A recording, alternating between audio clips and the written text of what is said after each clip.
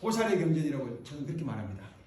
환경은 처음부터 끝까지 보살도를 이야기하고 있고, 환경의 설주, 환경에서 설법하는 사람들은 다 보살들이에요. 처음부터 끝까지 다 보살님들이 설법해요. 부처님 한마디도 안 해요. 환경에서 부처님은 처음부터 끝까지 침묵하고 계세요. 한 말씀도 안 하셔요.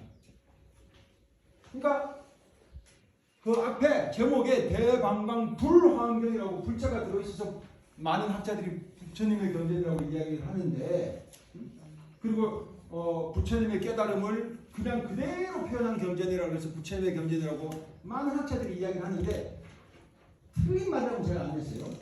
하지만 제가 볼 때는 보살의 경전이다. 보살이 설치고 그 내용도, 환경의 내용도 처음부터 끝까지 보살도예요. 보살이 어떤 마음으로 살아가야 되고 어떤 삶을 살아가야 되느냐, 이걸 처음부터 끝까지 이야기하고 있는 것이 환경이기 때문에 환경은 제가 볼 때는 보살의 경전입니다. 그럼 법화경은 뭐냐? 부처님 경전입니다. 이 부처님의 경전입니다. 묘법 연화경 할 때 앞에 법이라는 단어가 있지만 뒤에 연화라는 이 단어, 연꽃이라는 이 단어는 부처님을 가리키고 있는 단어예요. 부처님을 가리키고 있는. 실제로 법화경이 크게 봤을 때는 딱 두 파트로 나누십니다. 전반부, 후반부. 법화경의 전반부의 내용은요, 지금 그 두 번째 줄에 있는 거예요. 열의 출세 일대사 인연이라는 한자어로 표현되어 있는데, 말 그대로 부처님은 왜 이 세상에 오셨는가? 다른 말로 바꾸면요, 부처님이 살아가는 목적, 부처님 삶의 이유, 요것을 딱 밝히고 있는 거예요. 그러니까 부처님에 대해서 이야기하는 거지. 그리고 법화계의 후반부는요, 궁극의 깨달음을 이루어서 부처님이 된 이분이 부처님이 된 다음에 어떤 삶을 살아가고 있느냐, 요 내용을 이야기하고 있는 겁니다. 그러니까 부처님이 이 세상에 오신 이유, 부처님 삶의 목적 하나, 첫 번째. 두 번째, 부처님 삶의 궤적, 삶의 여정, 요게 두 번째. 그러니까 법화경은 전반부와 후반부 모두 부처님에 대해서 밝히고 있는 경전이기 때문에 법화경이야말로 붓다의 경전이라고 해야 온당하다. 이게 제 생각입니다. 안 받아들이셔도 뭐 저는 어쩔 수가 없습니다. 법화경의 앞부분에서 일불승법이라는 그런 교법의, 부처님 교법의 궁극의 내용을 부처님이 밝히고 있지 않느냐. 그러니까 법화경은 법의 경전이다. 이렇게 말해도 괜찮습니다. 제가 틀린 거 아니라고 그랬잖아요. 자, 그래서 수많은 경전들에서 부처님이 이 세상에 오신 이유에 대해서 이야기하고 있어요. 예를 들면 초기 경전 같은 경우에는 가장 많이 나오는 말이요, 만약에 이 세상에 노병사가 없었더라면 열애는 출현하지 않았을 것이다. 이런 표현이 제일 많이 나와요. 노병사를 극복하고 이 노병사의 괴로움에서 중생들을 벗어나게 하기 위해서 열애는 이 세상에 왔다. 이 표현이 안경에서는 제일 많이 나옵니다. 그 다음에 또 다른 경전 보면 나는 빈궁하고 병들고 힘겨운 상황에 처한 그런 중생들을 제도하고자 이 세상에 왔다. 이런 말도 많이 나와요. 법화경에서는 뭐라고 하느냐? 나는 모든 중생들에게 내가 깨달은 이 내용을 열어서 보여주고 깨닫게 하여 그 세계로 들어오게끔 하기 위해서 이 세상에 왔다. 이렇게 되는 거예요. 그것을 8글자로 줄여서 불지지견 계시오니 이렇게 이야기합니다. 10개자 보이시자 깨달으로자 들이자. 그래서 그 내용을 구마라집이 번역한 법화경의 방편품에 속해 설해져 있는 그 내용을 그대로 너무너무 중요한 내용이라서 그냥 옮겨놨는데, 굳이 뭐 해석은 안 하셔도 되고, 말 그대로 부처님의 깨달음을 열어 모여가지고 중생들로 하여금 깨닫게 해서 그 세계로 들어오게 하기 위해서 부처님이 이 세상에 오셨다. 다른 말로 또 바꾸면 일체 중생을 성불시키기 위해서 오셨다 이거예요. 간단해요.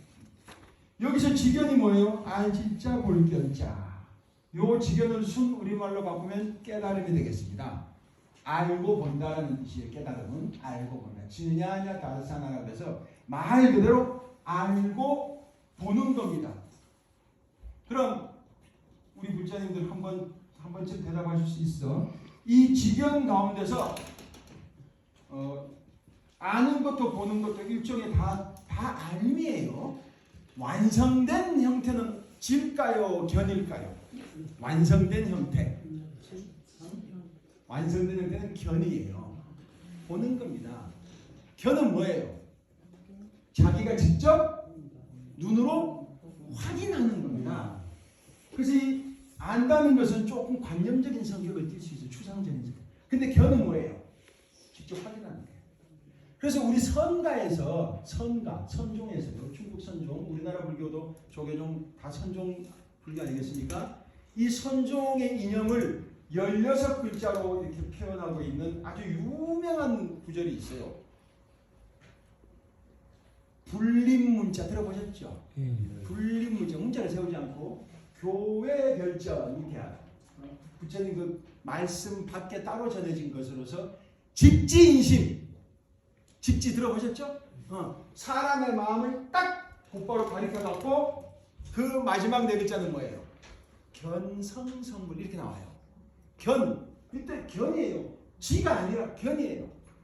성이라 그러잖아요. 성, 모든 존재의 본래 성품, 모든 존재의 본질, 이걸 불교에서는 성이라는 단어를 씁니다. 스바바라고 이렇게 얘기하는데 인도말로는 어쨌든 모든 존재의 본질 이런 뜻으로 생각하시면 돼요. 사람 자기 자신은 물론이고 그걸 딱 본다는 거예요. 본다는 말은 뭐다? 자기가 확인해서 안다는 거예요. 그래서 지성성불이라는 말이 절대 안 쓰고 반드시 뭔 글자 쓴다? 견성성불. 아주 기가 막힌 표현이에요. 제가 볼 때는. 견성성불. 그 성을 딱 보면 성불한다는 거예요. 그래서 이 견자가 그만큼 중요한 겁니다. 팔정도에서도 제일 앞이 뭐예요? 팔정도 제일 앞이 정견 딱 나오죠? 정견을 해야 돼. 정견하지 못하면 열심히 살면 안 돼요. 정견하지 못하잖아요. 대충 살아야 돼요. 그런 사람은 왜 그런지 알아요? 정견하지 못한 사람이 열심히 살잖아. 그럼 어떻게 돼요? 갈수록 어긋나. 무슨 말인지 이해하십니까? 갈수록 어긋나. 그러니까 난 정견하지 못했다 이렇게 생각하시면요. 열심히 곁으로 살지 마세요. 술렁술렁 살아야 돼. 나 정견했다 그러면 술렁술렁 살아도 돼. 왜? 정견했으니까. 네? 정견했으니까 좀 술렁술렁 살아도 됩니다. 뭐 좀 어때요? 정견해서 열심히 살면 좋겠지만 더 좋겠지만 정견을 했으면 술렁술렁 살아도 부처님이 딱 볼 때는 그만하면 괜찮다 이렇게 칭찬하실만 해요. 정견 자체가 이게 만만한 일이 아니거든요. 정견 자체가. 우리 부처님들이 이 더운 여름에 이 귀한 시간에 가지고 여기에 앉아 계시고 또 다른 모임, 다른 법회 때도 이렇게 참석하시고 하는 거는 정견하기 위해서예요. 정견하기 위해서. 그래서 이 불지 지견이 깨달음을 두 글자로 표현하면 지견이 됩니다. 그래서 이 지견이라는 표현은 대승견전에서만 나오는 것이 아니라 초기 불교에서부터 막 나와요. 여실지견이라고 합니다. 여실지견. 사실과 같이 알고 보는 것. 같을 여자 열매실자 써가지고 사실실자죠. 지견. 해탈지견이라고도 합니다. 그런 말도 있어요. 해탈한 다음에 자기가 해탈한 다음에 이 해탈이 단순한 심리적인 평화를 성취하는 게 해탈이 아니에요. 그걸 위해서는 뭔가를 봐야 되는 겁니다. 뭔가를 봐야 돼. 그걸 해탈지견이라고 해요. 제가 우리 많은 사람들이 불교의 열반이나 해탈 이런 것들을요 그냥 심리적인 평안 이렇게 생각을 하는 경우가 많아요. 그게 아니에요. 뭔가를 본 겁니다. 그러니까 해탈지견이라는 말이 나오는 거예요. 근데 하나 제가 한번 지견을 하기 위해서는 뭔가를 봐야 된다 그러는데 그 보려면은 그 보아야 하는 대상에게 모습이 있어야 돼요? 없어야 돼요? 모습이 없으면 볼 수 있다 없다? 모습이 있어야 됩니다. 그 모습을 불교에서는 뭐라고 표현합니까? 모양상자로 표현합니다. 모양상자 기억 아시죠? 아상, 인상, 중생상, 수자상 할 때 그걸 어떤 모양을 다 띄고 있는 거예요.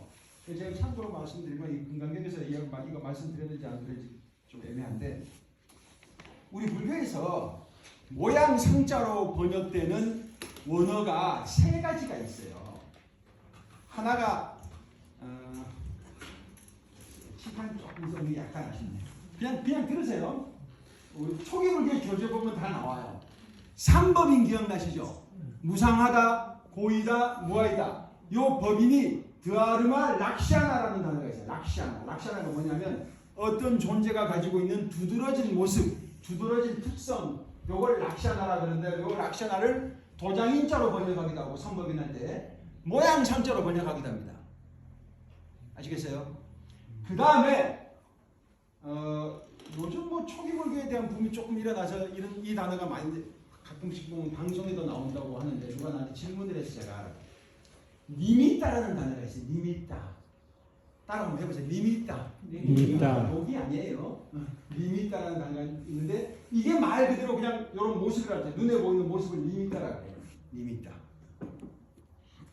그 다음에 또 하나가 쌈지냐라 그래가지고요. 이게 생각상자예요. 색수상 행식할 때 생각상자인데 금강경에서 아상, 인상, 중생상, 수자상 할 때는 생각상자가 아니라 모양상자입니다. 그렇죠? 근데 이 모양상자에 밑에 마음심자가 붙으면 생각상자가 되거든요. 근데 이 쌈지냐를 생각상으로 번역하는 것이 일반적이고 원래 또 맞는 건데 요걸 때때로 모양상자로 번역하는 경우가 있습니다.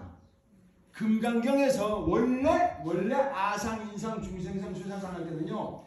아트마 쌈지냐, 푸드갈라 쌈지냐, 아유스 쌈지냐 이런 식으로 가가지고 이 상자가 모양 상자가 아니라 원래는 쌈지냐 즉 생각 상자로 번역이 돼야 맞는 거예요.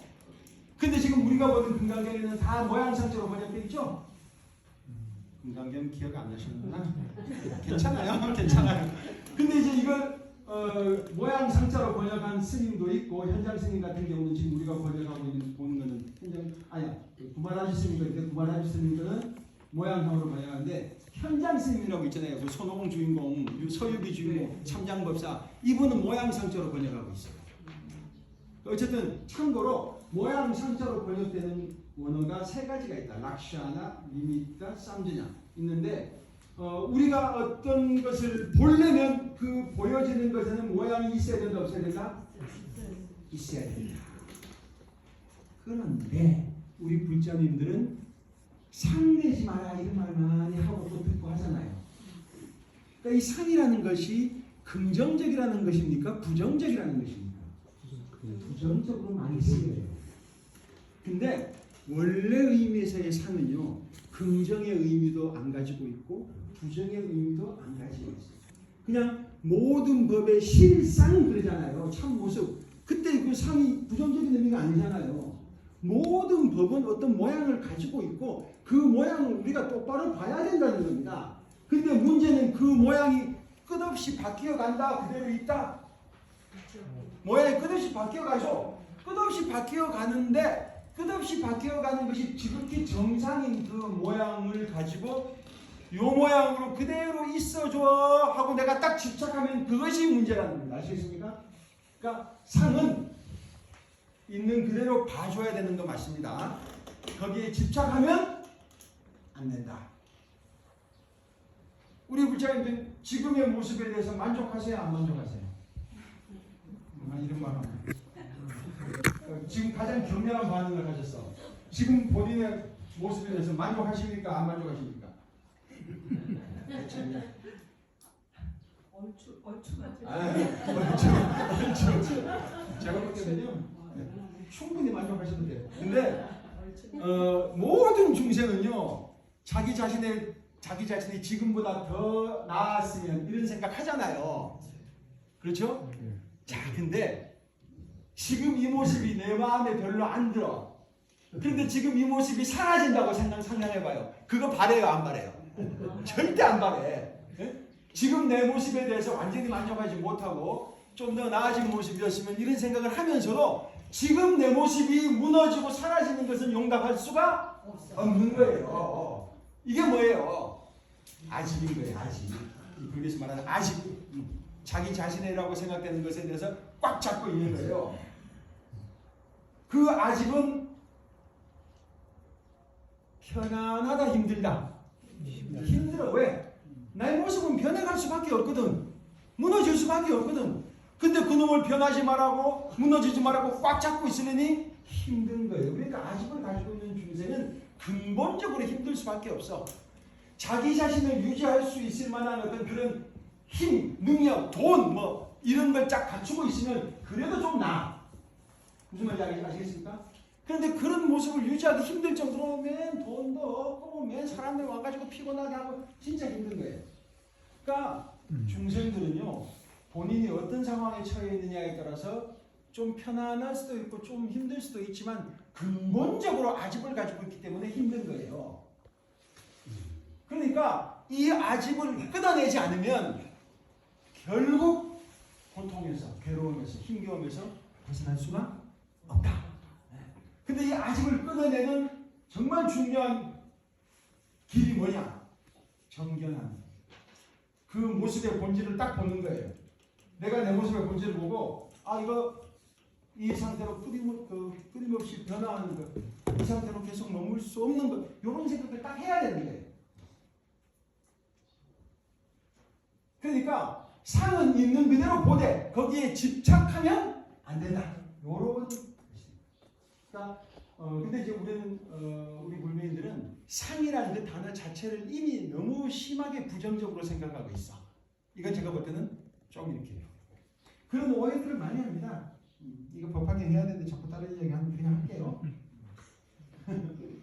불자님들 죽으면 어디로 가요? 우리 사람들 죽으면 어디로 가요? 네? 지금 살아있는 세상은 어떤 세상이라고 해요? 지금 살고 있는 지금 이 세상 사바세계.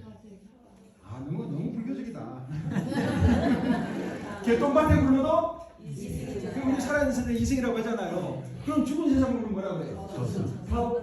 이제 막 나온다. 그럼 죽은 세상을 저승이라고 말하는 것은 불교적인 거예요? 안 불교적인 거예요? 죽은 후의 세상을 저승이라고 말하는 것은 제가 초기 불교 때 이야기했지만 그건 무속에 사는 이야기예요. 불교에서는 저승이라는 말이 불교 자체에는 없는 겁니다. 그러니까 이승이라는 말도 없어요. 불교에서는 이승이라는 말 안 쓰고 이생이라는 말을 쓰지. 이생, 현생, 현세. 이승이라는 말 안 써요. 불교에서는. 그거 무속에서 쓰는 말이에요. 그래서 저승 간다고 하잖아요. 그러면 저승은 어두운 세계예요? 밝은 세계예요? 이승과 불교에서. 어두운 세계라고 다 생각하죠. 그럼 불자님들은 죽은 다음에 저승 가야 한 거예요. 죽으면 다 저승 가는 거 아니야? 이런 생각 해요? 안 해요? 해요. 하죠? 근데 불자님들은 제가 저승 간다고 했어요. 저승 절대 못 간다고 했어요. 못 간다고 그랬어요. 못 가요. 저승 못 가요. 왜 그러냐 하면 우리 불자님들은 죽으면 저승 가는 게 아니라 저승은 이승에 살았을 때 저승을 가는 거야. 불자님들은 이승에 살고 있는 게 아니라 뭐예요? 현생을 살고 있고 이생을 살고 있어. 그러면 죽으면 어디로 가요? 후생으로 가거나 내생으로 가는 거야. 내생. 그럼 후생과 내생은 어떤 세계예요? 밝은 세계일 수도 있고 어두운 세계일 수도 있어요. 왜냐하면 후생에는 밝은 세계라고 말할 수 있는 천당도 있지만 어두운 세계라고 말할 수 있는 악이나 지옥도 있으니까. 그럼 우리 사람들이 살고 있는 이 세상은? 이 세상이 굳이 무속의 개념을 갖고 오면요, 지금 우리들이 살고 있는 이 세상이 곧 저승인 거예요. 뭔 말인지 이해가세요? 죽은 다음에 사람의 몸을 다시 받는다고 생각을 해봐요. 그럼 인간 세상이 새로 태어나는 거잖아. 그러면은 죽은 사람의 입장에서는 저승이지만 다시 태어난 사람이나 주변에서 보는 사람들의 입장에서는 그냥 인간 세상에 다시 태어나는 거 아니에요. 그러니까 이승 저승을 굳이 구별할 필요가 불교적인 측면에서는 있다 없다? 없다. 이생이 죽은 사람의 입장에서는 저승이고 산 사람의 입장에서는 그냥 이승인 거예요. 무슨 말인지 이해가십니까? 네. 그러니까 우리들한테는 저승 사자가 올 필요가 있다 없다? 없어. 근데 죽은 자를 인도하는 그 다음 세계로 인도하는 자를 사자라고 통상 이야기합니다. 근데 우리 불교에 그런 사자가 있어요 없어요? 또 없다 그러지? 있어요. 네. 법부님들이 육도의 세계를 돌아다닐 때는 사자가 없어. 근데 만약에 극락으로 간다고 생각해봐요. 불자님 죽으면 극락 가요 못 가요? 또 자신 없어. 또 자신 없어. 따라해봐요. 나무아미타불. 이제 무조건 가게 되는 거예요. 이 티켓이 예약이 됐으니까 무조건 가게 되는 거야. 죽으면 이 목숨을 마치면 극락으로 가잖아요. 극락에 가본 적 있어요 없어요? 법인들은 없다 그래야지 뭐. 극락에 가본 적이 없기 때문에 그 길도 모르잖아요. 그러니까 그 길을 안내해주는, 마치 저승을 안내하는 저승사자가 오듯이 극락으로의 길을 안내하는 사자들이 와요. 그게 누구예요? 아미타 부처님하고 관세음보살님하고 대세지보살님하고 등등등등 수많은 보살님들이 아미타 부처님과 함께 와요. 함께 와가지고 내 손을 잡으라 하고 당신들의 손을 나에게 내밀어 이렇게. 그럼 오신 분들이 수백만 명이야. 그 수백만 개의 손이 쫙 나에게 내밀어져. 경험이 없죠. 연구 열심히 해봐요. 반드시 경험하게 됩니다. 그러면은 저 나에게 다가오는 수백만 개의 손 중에 어떤 손을 잡아야 할까? 헷갈려 안 헷갈려? 헷갈리겠죠? 이왕이면 누구의 손을 잡고 싶어? 아미타불이나 관세음보살님의 손을 잡고 싶겠죠? 이왕이면 그런 손을 잡고 싶어서 아미타 부처님의 손이 어떤 손이고 관세음보살님의 손이 어떤 손이지 하고 딱 헷갈리는 순간에 이미 극락에 딱 가는 거예요. 제 이야기가 아니에요. 반무량수경이라는 견전에 딱 나와 있는 스님 증명해 주십시오. 생각을 했죠. 그렇게 되는 거예요. 그러니까 굳이 우리 불교에서 저승사자라고 굳이 이야기하고 싶으면 아미타 부처님이나 관세음보살님, 대세지보살님 같은 분들이 그런 사자에 해당하는데 어린 저승사자 같은 급에도 못 끼는 그런 존재들을 우리 아미타 부처님이나 관세음, 대세지보살님 같은 그런 거룩하신 대보살님들을 그런 존재에 대해 말도 안 되죠. 말도 안 되죠. 자, 그래서 이 법화경에서는요, 모든 중생들로 하여금 성불하게 하는 것이 부처님 삶의 목표라는 거죠. 그런데 삼승의 입장, 조금 아까 우리가 공부했던 삼승의 입장에서는 어떤 사람은 아란이 끝이고 어떤 사람은 벽지불이 끝이고 어떤 사람은 보살의 삶을 걸어가서 부처님 된다 이렇게 말하는 것이 바로 삼승의 입장입니다. 아시겠습니까? 근데 지금 이 입장은 그런 삼승을 긍정하는 것이다, 부정하는 것이다. 부정하는 것입니다. 나에게 성문제자는 없다 이런 말씀까지도 하세요. 나에게 아란제자는 없다 이런 말씀까지 하세요. 어쨌든 모든 중생들을 성불로 인도하기 위해서 내가 왔는데 나의 제자들은 더 말할 필요가 없다는 겁니다. 그러니까 아란의 길도 벽지불의 길도 사실은 전부 다 보살의 길이다 이런 이야기를 법화경에서 부처님이 처음으로 하시는 겁니다. 너무너무 핵폭탄급 말씀이에요. 그래서 그 자리에 앉아있던 5,000명의 비구들이요, 스님들이 나가버려요. 부처님 절도 안 되는 거예요. 부처님 헛소리 하시네요. 나가버려요. 아니 옛날에 부처님께서 우리 가르치실 때는 열반 해탈을 해서 해탈 열반 성취하면 그걸로 끝이라고 말씀하셨잖아. 초기기에도 그렇게 이야기하거든요. 근데 지금을 가지고 왜 엉뚱한 말씀을 하시지? 왜 우리한테 부처님대라고 이야기하지? 나가버려요. 5,000명이. 그만큼 부처님의 이 모든 나의 가르침은 성불의 길이다 이렇게 이야기하시는 이 말씀이 폭탄선언이었던 겁니다. 행해한 거죠. 심지어 그 이전에 금강경 예를 들면 반야식이 다 삼승설이에요. 이것까지 다 부정해버리는 거예요. 법화경이. 그래서 이렇게 보면은요, 초전법륜 그러잖아요. 부처님이 법륜을 불리시는 것, 초전법륜. 이거 초전법륜의 내용이 뭐예요? 사선제잖아요. 그 법륜 한번 풀리셨어. 근데 반야경에 오면은 사성제 법문을 말씀하시는 것이 아니라 육바람일다 법문을 말씀하시죠. 그러니까 새로운 법문을 이야기하시는 거야. 그러니까 다른 말로 바꾸면 새로운 법륜을 굴리시는 거야. 그래서 반야경에 보면 법륜을 새로 굴린다라는 말이 있어요. 근데 이 법화경에 오면 일성 일불성의 이야기를 한 줄기 성불되는 길 이걸 또 새롭게 말씀하시잖아. 그 이전에 이야기된 바가 없잖아요. 그러니까 여기에서도 법화경에서도 법륜을 또 새로 굴린다 이 말씀이 또 나와요. 그러니까 제가 볼 때는요 부처님은 세 번의 법륜을 굴리신 거야. 초전법륜에서 사성제 8정도의 법륜을 굴리셨고 반야경에서 육바람일다의 법륜을 굴리셨고 법화경에서 일불승 한 줄기 깨달음의 길 여기 있죠? 그 아래 일불승 한 줄기 깨달음의 길 중간쯤에 있죠? 손가락 펴 옆에 이걸 굴리시는 겁니다. 제가 볼 때는요 부처님 법문 딱 세 가지예요. 사성제 8정도 육바람일다 일불승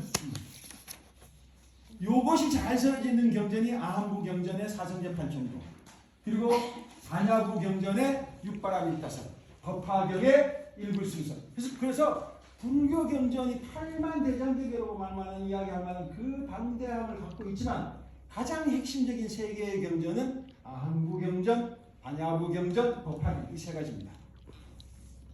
그 다음에 아까도 제가 이야기했던 화엄경 같은 경전도 있고 아미타 부처님 나오는 무량수경 같은 광무량수경 같은 정토를 이야기하는 정토부 경전도 있어요.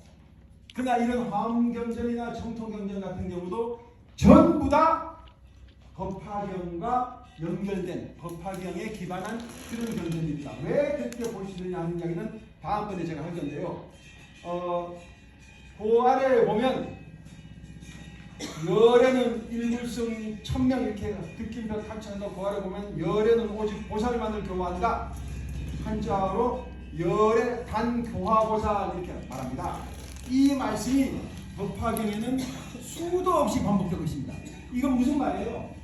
열에는 성문을 교화하는 것이 아니라 벽지부를 교화하는 것이 아니라 열의 교화를 받는 자는 전부 다 뭐다? 보살이다. 그러니까 여기 불자님들 중에서 나는 성문의 자질을 타고 태어난 것 같아. 혹 이런 생각을 하시는 분이 있더라도 사실은 성문의 자질을 타고난 것이 아니라 뭐다?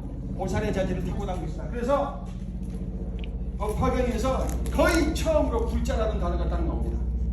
우리 요즘에 불자라는 단어가 일반화되어 있지 않습니까? 금강경에 불자라는 단어 나와요? 안 나와요. 반야신경에 안 나와요. 불자는 말 그대로 부처님의 아들이라는 뜻이에요.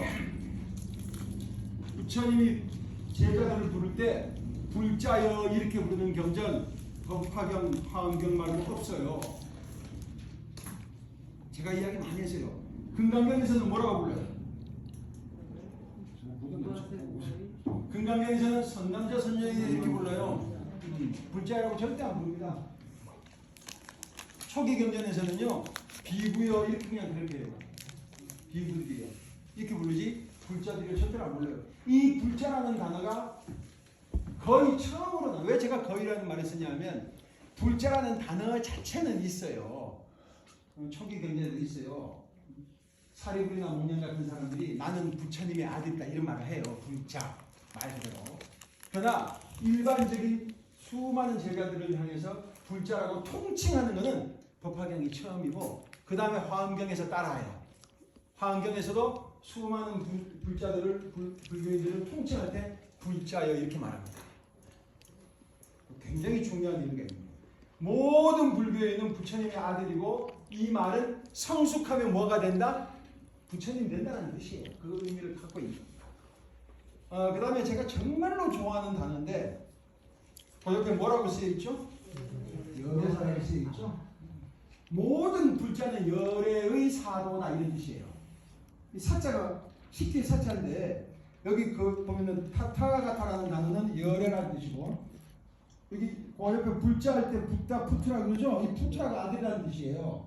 우리가 저 사리자 하잖아요. 사리자. 사리자 그러면 사리의 아들이라는 뜻이에요. 그래서 원래 이름이 샤리푸트라예요. 원래 이름이 샤리푸트라. 샤리의 아들. 푸트라가 아들이라는 뜻이거든.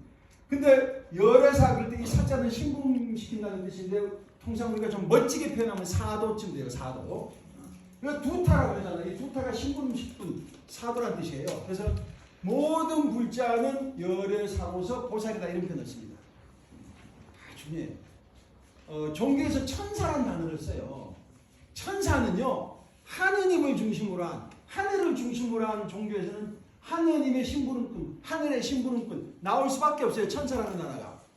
기독교도 보면은 뭐 4대 천사, 7대 천사 그래서 미카엘, 라파엘, 가브리엘, 우리엘 이렇게 4대 천사부터 막 쫙 있어요. 그 하느님의 심부름꾼이라는 뜻이거든요. 다 기능이 달라. 응? 그 부처님, 우리 불교는 하늘을 중심으로 하는 종교가 아니잖아. 부처님, 즉 열애를 중심으로 하는 종교이기 때문에 우리 불교에서 당연히 열애사라는 말이 나올 법한데 이 경전에서 법화경에서 처음 나오는 거예요. 열애사. 우리는 부처님의 사도다 이런 말입니다. 혹시 초기 경전에서 천사라는 것에 대해서 제가 강의할 때 초기 경전에 암경에 천사경이라는 경이 있다 기억나십니까? 1년 한 달도 만만치 않은데 벌써 1년 만에 천사경이라는 경이 있어요. 반대로 하느님의 심부름. 우리 불교에요 팔관제라는 게 있는데 이 팔관제 이렇게 보면 그 사천왕이 천왕이잖아요. 천왕 하느님과 마찬가지인데 천왕이잖아. 천왕이 한 달에 세 번 사람들을 이렇게 자기 쫄자들을 내보내가지고 하루는 8일 날은 대신을 내보내고 14일 날은 왕자를 내보내고 15일 날은 자기가 직접 가서 이 영부제 사람들이 사바세계 사람들이 선하게 살고 있나 악행을 저질렀나 이렇게 점검을 합니다. 그런 경우에 천사라는 표현을 써요.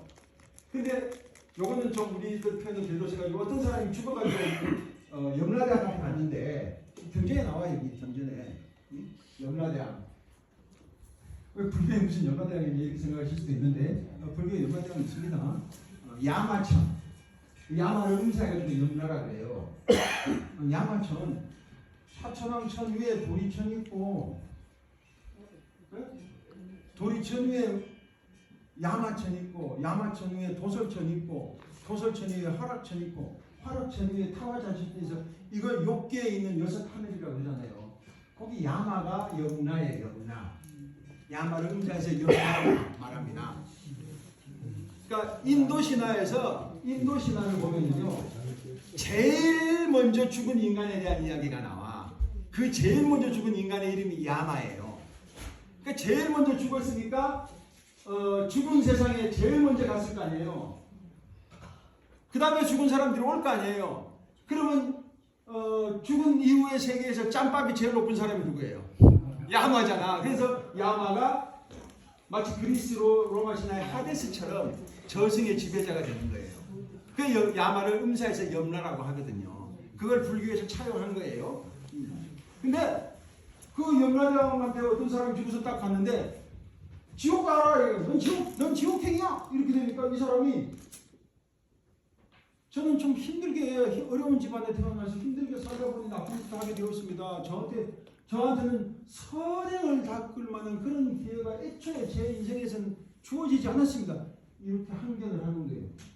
그러니까 염라대왕이 뭐라 그랬어요? 말도 안 되는 소리 하지 말아요. 내가 너를 위해서 5명의 천사를 보냈어. 그게 천사경이에요. 5명의 천사를 보냈어. 근데 너 그런 헛소리를 하고. 전 5명은 그냥 한 명도 본 적이 없습니다. 그러니까 염라대왕이 시험을 말해요. 너는 갓 태어난 애기가 지가 짠 똥 오줌 위에 누워가지고 말도 못하고 응애거리고 있는 걸 봤느냐? 아예 본 적이 없어. 내가 보는 첫 번째 천사다. 어떤 사람이 나이가 들어서 머리는 허해지고 피부는 죽을지라도 이빨은 빠져가지고 온몸에 기운은 하나도 없고 오한이 들어가지고 걸을 때 지팡이를 붙잡고 그래도 뭐 부들부들 떨고 있는 그런 늙은 사람들이 내가 보는 두 번째 천사. 그런 사람을 보면 인생을 다시 생각해야 될 거 아닙니까? 세 번째는 병든 사람의 모습을 이야기해. 신실의 모습을 이야기해. 5번째는 나쁜 짓 하다가 고초를 겪는 감옥에 가든지 뭐 사람들이 비난을 받든지 나쁜 짓을 해서 고초를 겪는 그런 사람을 본 적이 있느냐? 예. 내가 본 5번째 천사. 그러니까 우리 불교에서 천사는요 행운을 가져다 주는 그런 존재가 아니고 삶을 돌아보게 하는 존재가 천사다. 아시겠습니까? 이 세상의 천사는 그러니까 어떻게 돼요? 천사로 가득 찬 세상입니다. 생로병사가 가득한 세상은 다른 말로 바꾸면 천사가 가득한 세상이라고 말해도 괜찮습니다. 아시겠습니까? 어쨌든 그런 천사를 우리가 보통 생각을 하는데 불교에서는 천사가 아니라 뭐다? 요래사다. 하지만 불교에서도 천사라는 말을 쓰는 경우가 있으니 조금 아까 제가 말씀드린 것처럼 삶의 의미를 다시 한번 생각하게끔 해주는 그런 계기가 되는 존재나 사건, 요걸 불교에서 부처님은 천사라고 부른다. 자, 오늘은 제가 여기까지만 하겠습니다. 다음